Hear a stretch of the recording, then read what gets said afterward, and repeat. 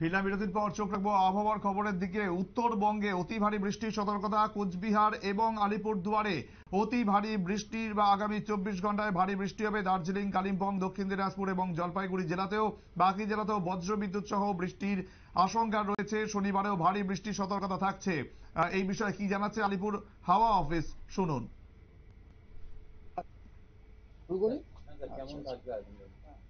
Actually weather বলার আগে weather সিস্টেমটা একটু বলে দিই। যে প্রথম কথা, একটা চক্রবাত ঘূর্ণাবর্ত দেখা যাচ্ছে, বাট তার পজিশনটি হচ্ছে উত্তর বাংলাদেশ এবং তার সংলগ্ন আমাদের সাব হিমালয়ান ওয়েস্ট বেঙ্গল। এবং এই যে চক্রবাত ঘূর্ণাবর্তটি, এর অক্ষটি কিন্তু সমুদ্রপৃষ্ঠ থেকে 5.8 কিলোমিটার পর্যন্ত বিস্তৃত। এবং ওই চক্রবাত ঘূর্ণাবর্ত থেকে একটি আপনার অক্ষরেখা, নিম্নচাপ অক্ষরেখা আপনার নর্থ ইস্ট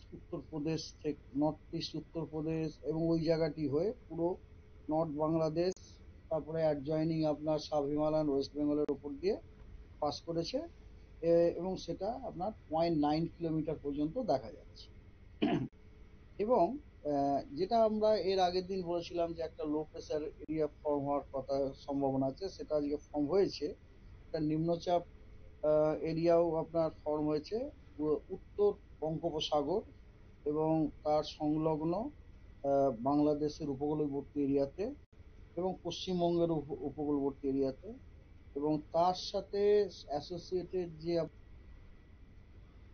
শুনতে পেলেন যে আগামী 24 ঘন্টাও একটা ভারী বৃষ্টির সম্ভাবনা রয়েছে, যার জন্য মৎস্যজীবীদের সমুদ্রে যেতে নিষেধাজ্ঞা জারি করা হয়েছে। এবং এই বৃষ্টিপাত বা আগামী 24 ঘন্টায় বা চলবে বলেই জানাচ্ছে আলিপুর হাওয়া অফিস।